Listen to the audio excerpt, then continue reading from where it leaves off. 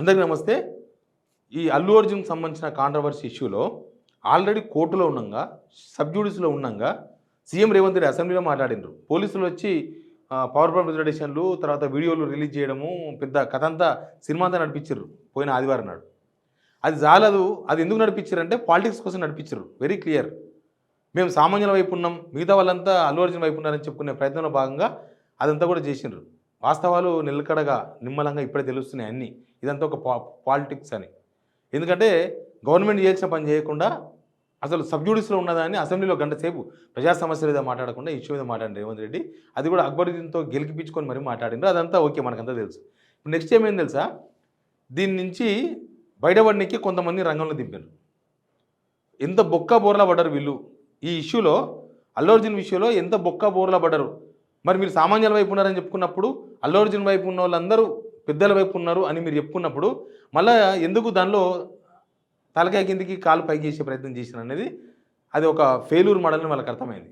రేవంత్ రెడ్డి మాట్లాడడం ఆయనసేపు ట్రెండ్ ఉండొచ్చు, కానీ ఆయన ఎందుకు మాట్లాడిన అనే విషయంలో జనాలు క్లారిటీ వచ్చింది. ఆయన పాలిటిక్స్ కోసం మాట్లాడు. ఒక బాధాకరమైన విషయాన్ని, ఒక ఏమంటారు, ఒక మహిళ మృతిని రాజకీయాలకు వాడుకునే ప్రయత్నం చేసిండు రేవంత్ రెడ్డి. మనకి అర్థమవుతుంది అదేగా ఈ కాన్సిక్వెన్సెస్. ఏమైంది? ఒక అడ్వకేట్ని రంగంలోకి దింపినారు. పోడూరు శ్రీనివాస్ రెడ్డి అడ్వకేట్ రంగంలోకి దింపినారు. దింపి ఏమంటాడు, సినిమా ఇండస్ట్రీ మొత్తం ఏపీకి వెళ్ళిపోవాలంటాడు. సినిమా ఇండస్ట్రీ మొత్తం ఏపీకి వెళ్ళిపోవాలి, వాళ్ళంతా సాంబార్ వెళ్ళిపోవాలని చెప్పి ఏకంగా ప్రెస్ మీట్ పెట్టేసిండు సోమాజిగూడ ప్రెస్ క్లబ్లో.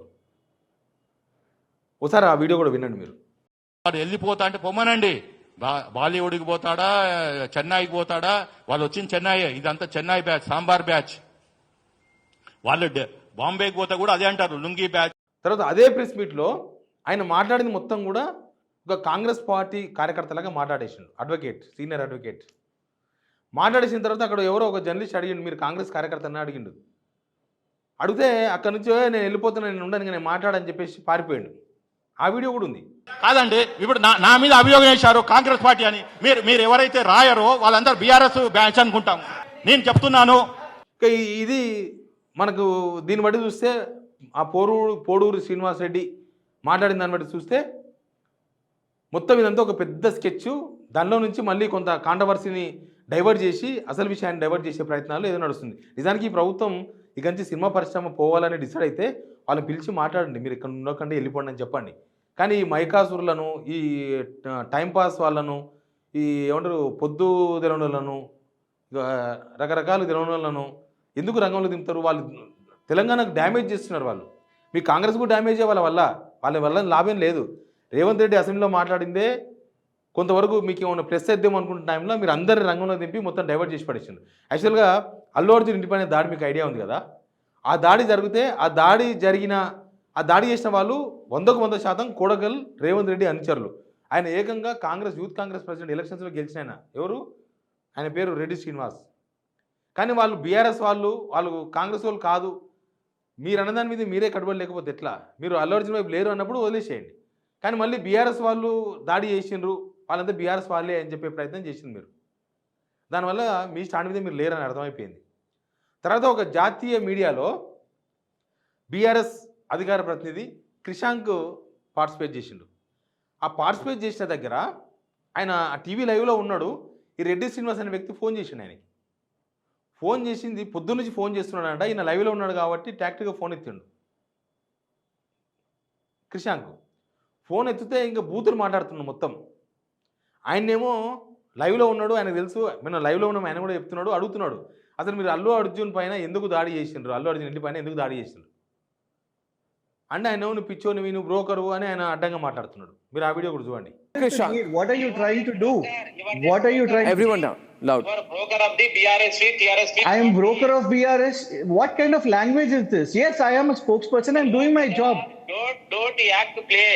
I know you are recorded my phone call. నాకు తెలుసు, everything తెలుసు. I am not recording your phone call. Your phone call is live. Your phone call is live It's on a live threat show. going on, ladies and gentlemen. A spokesperson is being threatened live on television. You don't have to threaten me. Please hang up. Put it Why on are you speaker. continuing No, to let call him me speak. out? I want to Show the real face. సత్య సర్వనారాయణ నా పేరు చెప్పుకుని ఏదిన వ్యక్తివి నీవా మాట్లాడేది, నీవా మా గురించి మాట్లాడేది. స్వచ్ఛందంగా తెలంగాణ ఉద్యమంలో కొట్లాడిన వ్యక్తుల మేము. నీవు ఈ రోజు తెలివి ఉందని, నాలెడ్జ్ ఉందని, ఇంగ్లీష్ వస్తుందని రెచ్చిపోయినావు. నువ్వు అంతే.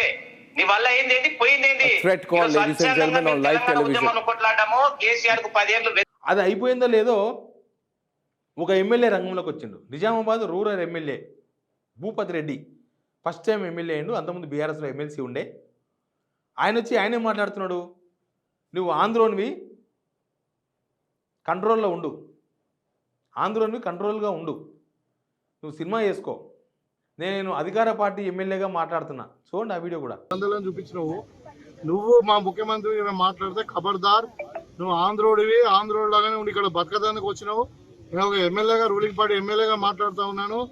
ఇవాళ మీరు మీకు ఇచ్చిన గౌరవాన్ని ఉంచి ఇక్కడ వ్యాపారం చేసుకోండి. కానీ మా ముఖ్యమంత్రి గారి మీద మాట్లాడినా ఇంకేదో నీకు ఉన్నది ఏందయ్యా, నువ్వు పగటి. మొత్తం ఇదంతా చూసిన తర్వాత ఏమర్థమవుతుంది, వీళ్ళు అల్లు అర్జున్ ఇష్యూలో యాక్సిడెంట్ అయితే చేసిండ్రు, వీళ్ళు పోయి గుద్దిండ్రు. ఒక కారును అవతల అల్లు అర్జున్ అనే కారు, ఒక కారు ఉంటే దాన్ని వీళ్ళు కూడా ఒక కారు తీసుకుపోయి గుద్దేసిండ్రు. గుద్దిస్తే బహుశా వాళ్ళ కారే డ్యామేజ్ అవుతుంది అనుకున్నారు, కానీ గుద్దిన కారు కూడా డ్యామేజ్ అవుతుంది. ఖచ్చితంగా నువ్వు అవతల కారును స్పీడ్గా పోయి గుద్దినంత మాత్రాన వాళ్ళ కారు ఎక్కువ డ్యామేజ్ కాదు, మీ కారు కూడా డ్యామేజ్ అవుతుంది. చిన్న మీ కారు కూడా డ్యామేజ్ అయ్యింది. ఆ డ్యామేజ్ నుంచి బయటపడడానికే ఈ రెడ్డి శ్రీనివాస్ అనేది ఆయనని, లేకపోతే ఈ అడ్వకేట్ని, తర్వాత అక్కడ ఉన్న నిజామాబాద్ రూరల్ ఆయనని, వీళ్ళందరూ బయటకు వచ్చేసి ఈ డ్యామేజ్ కంట్రోల్ చేసే ప్రయత్నం చేసి లాస్ట్కి ఏం చేసిందంటే సినిమా ఇండస్ట్రీ ఇక్కడి నుంచి వెళ్ళిపోవాలని డిసైడ్ చేసిండు. ఒక సినిమా స్టార్ ఇంటి మీద దాడి చేస్తే దానికి సంకేతం అదే. ఒక అడ్వకేట్ బయటకు వచ్చి రేవంత్ రెడ్డిని పొగడ్తల్లో ముంచి వాళ్ళు ఇడ్లీ సాంబార్ వాళ్ళు వెళ్ళిపోవాలి, ఇక్కడి నుంచి చెన్నైకి వెళ్ళిపోవాలి, అక్కడి నుంచి వచ్చిన ఆడికి వెళ్ళిపోవాలని చెప్తున్నాడు. ఆయన మీద ఇప్పటిదాకా కేసు కూడా పెట్టలేదు. భావోద్వేగాలు రెచ్చగొట్టే ప్రయత్నం చేసిన అడ్వకేట్ శ్రీనివాస్ రెడ్డి ఆయన మీద ఇప్పటిదాకా కేసు పెట్టలేదంటే వాళ్ళ వెనుక ఉన్నది కాంగ్రెస్ అని అర్థం చేసుకోవాలి. ఇప్పటివరకు అధికార పార్టీ ఎమ్మెల్యే, మనమేం ఉద్యమంలో లేము, తెలంగాణ వచ్చేసింది.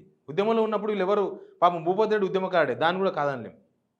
భూపతి రెడ్డి ఉద్యమకారుడే, ఆయన ఉద్యమం చేసినోడే, ఆయన ఇంకా అక్కడనే ఉన్నాడు, బయటికి రాలేదు. మీరు ఆల్రెడీ ఎమ్మెల్యే కూడా అయినరు. ఇప్పుడు కాంగ్రెస్ గవర్నమెంట్ వచ్చింది, మనకు తెలంగాణ భావజాలం ఉంటే సరిపోతుంది, అంతేగాని అవతలను దేశించేంత భావజాలం, అవతలని ఎలగొట్టాలన్నంత అవసరం లేదు. అదే అట్లా ఉన్న వాళ్ళు ఎవరు కాంగ్రెస్లో ఉండలేరు.